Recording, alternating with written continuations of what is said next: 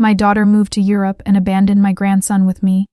With no money, I asked for $40 for help, but what followed was something I never expected. You see, when my daughter told me she had dreams of leaving, of building a life in Europe, I was torn. On one side, I wanted to support her, to tell her to chase her ambitions and see the world. But on the other side, I knew she wasn't leaving alone. She was leaving behind her son, my grandson, who had done nothing but look at her with eyes full of love and trust. She made it sound so temporary, so casual, like she would just go for a little while, get settled, and then bring him over once her life was stable. But deep down, in my heart, I feared she was running, not just toward opportunity, but away from responsibility. The day she left, I remember standing at the small train station with my grandson holding my hand. He was so young, so innocent, clutching his little toy car, asking when Mommy would come back. I forced a smile. I told him soon, very soon.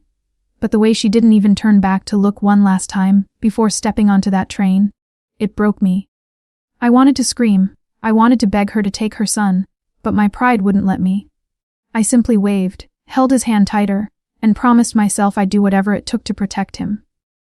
Life after that wasn't easy. I'm not a young woman anymore. My hands aren't as steady, my body isn't as strong, and I never thought I'd be raising a child again at this age. My pension was already barely enough to cover my food and medicines, and now I had another mouth to feed, a growing boy with needs, dreams, and endless energy. I tried stretching every dollar, cutting down meals, skipping my own medicine at times so he could have milk or new shoes when his little feet grew too quickly. I told myself it was worth it, that his laughter, his smile, his hugs were enough to keep me going. And they were, most of the time, but then came the days when reality hit me harder. The rent was due, bills piled up, and groceries ran low. My heart ached when I saw him quietly watching the other children in the neighborhood eat snacks or play with toys he didn't have. He never complained, not once. He would just look up at me and say, "It's okay, Grandma. I'm happy." That broke me more than anything else, because I knew he was pretending, trying to comfort me, when I should be the one comforting him. One day, I swallowed my pride. I had no choice. I needed money. Just a small amount, only $40, to buy food and cover the week until the next check came in. I reached out to my daughter, hoping, begging, that maybe she could send just a little. $40. Not hundreds, not thousands. Just enough for bread, milk, eggs, and maybe a little treat for him, because he hadn't had one in so long. I wrote her a message, my hands trembling, my eyes filled with shame as I typed, "Can you please send $140?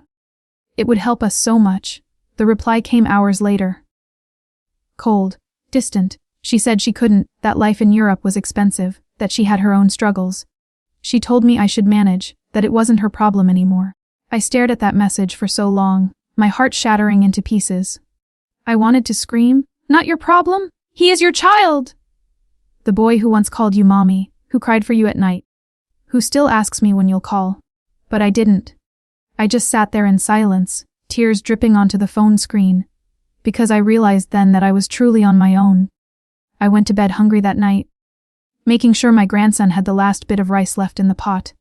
He smiled, thanking me as if it was a feast, and kissed my cheek. I turned my face away so he wouldn't see me crying. I never wanted him to feel like a burden, though in reality he was the biggest blessing of my life. But the weight of responsibility, the exhaustion, the fear of not being able to provide, it was crushing me slowly. Days turned into weeks, and I did what I could.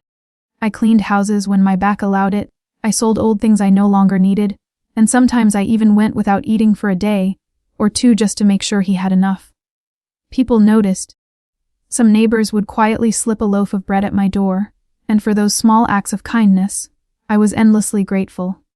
But still, I couldn't understand how my own daughter, the child I raised with love, could abandon her own flesh and blood so easily. I replayed every memory, every sacrifice I had made for her, every night I stayed up late sewing clothes, every meal I skipped so she could eat, every tear I wiped from her cheeks when she was little. Did all of that mean nothing? Did she forget it all when she boarded that train? My grandson grew curious. He asked questions. "Grandma, why doesn't Mommy call? Why doesn't she send me birthday presents like other moms do?" I had no answers. I lied, telling him she was busy, that she loved him very much, that she would come back one day. I prayed to God he wouldn't see through the cracks in my words, because the truth was too heavy for his little heart. Sometimes when he thought I was asleep, I'd hear him whispering to himself, telling Mommy he missed her, begging her to come home. Those whispers cut through my soul like knives. One evening, as I tucked him into bed, he looked at me with those wide, innocent eyes and said, "Grandma, don't worry when I grow up. I'll take care of you. I'll make a lot of money, and you'll never have to ask anyone for anything again."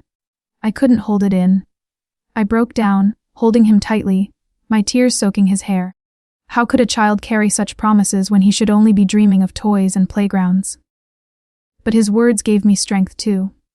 If he could dream for me, I could fight for him. The $40 I asked for never came. What came instead was silence. Days turned into months, and eventually I stopped asking. I learned to live with less, to create joy from little things. We painted on scraps of paper, we planted seeds in old cans. We laughed at silly stories, and I tried to make his childhood magical, even with nothing. Every night before I closed my eyes, I prayed not for money, not for comfort, but for strength. Strength to keep going. Strength to protect his innocence as long as I could. Strength to love him enough for two parents, because his mother had chosen another life.